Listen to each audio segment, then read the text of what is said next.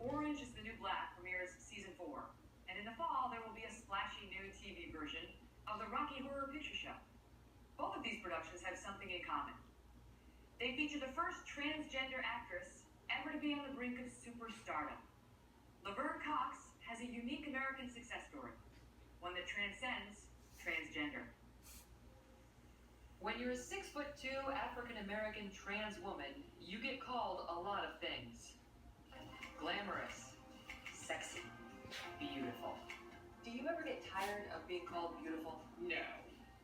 It's lovely to hear. I didn't grow up feeling beautiful, so it's kind of nice. But what made her the first transgender TV star is her breakout role as Sophia on Orange is the New Black.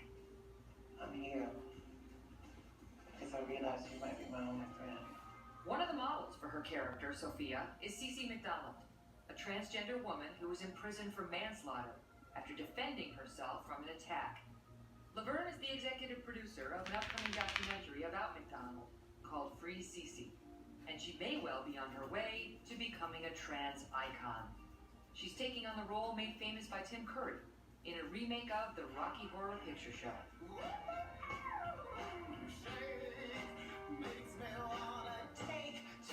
So you grew up in Mobile, Alabama, with a single mother and an identical twin brother. I read that you said you did not see a difference. You didn't understand that there was a difference between a boy and a girl, which is so fascinating. Everyone was telling me that I was a boy, but I knew that I was a girl. I identified with things that were, I just felt like I was a girl. And my third grade teacher, Ashley, Miss Ridgway, called my mother on the phone and said, your son is going to end up in New Orleans wearing a dress, and we don't get him into therapy right away.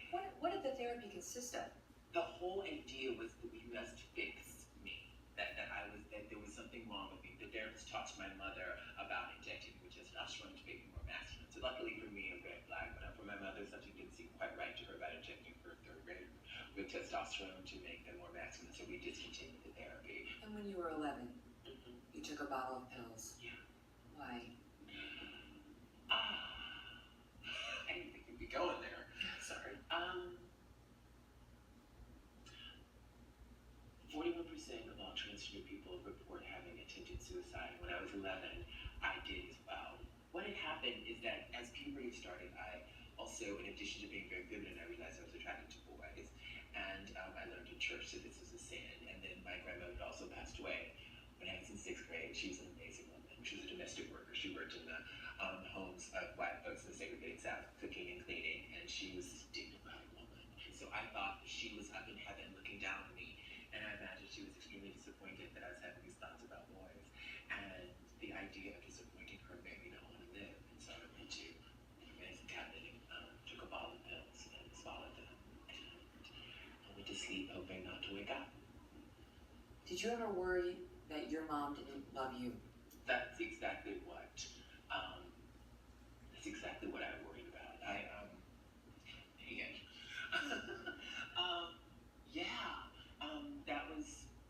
That's the only thing I've ever wanted is for my mother to love me. And I was being sent to a therapist. It felt as if that she might not.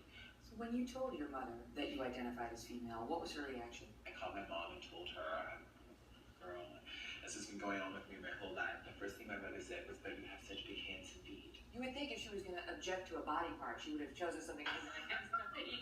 But I think her whole thing was like, you'll never pull this off. I mean, that was, for me, is what I understood her implication, was she'll never pull this off. It was hard for many years, and we had a lot of difficult discussions and arguments. But we're in a really great place now where she accepts me as her daughter. This is my mother! You have an identical twin brother. Yes. Tell us about that relationship. He's my everything.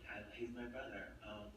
Her not so identical anymore twin brother, M. Lamar, plays her character Sophia, pre-transition, on Orange is the New Black. What's wonderful about having a twin brother is that he's been there since the womb. And so he's like, you're the same person you've always been. The shell has changed, but you've always been this person. Let's talk about romance. Oh, really? That's why I talk about your romantic life.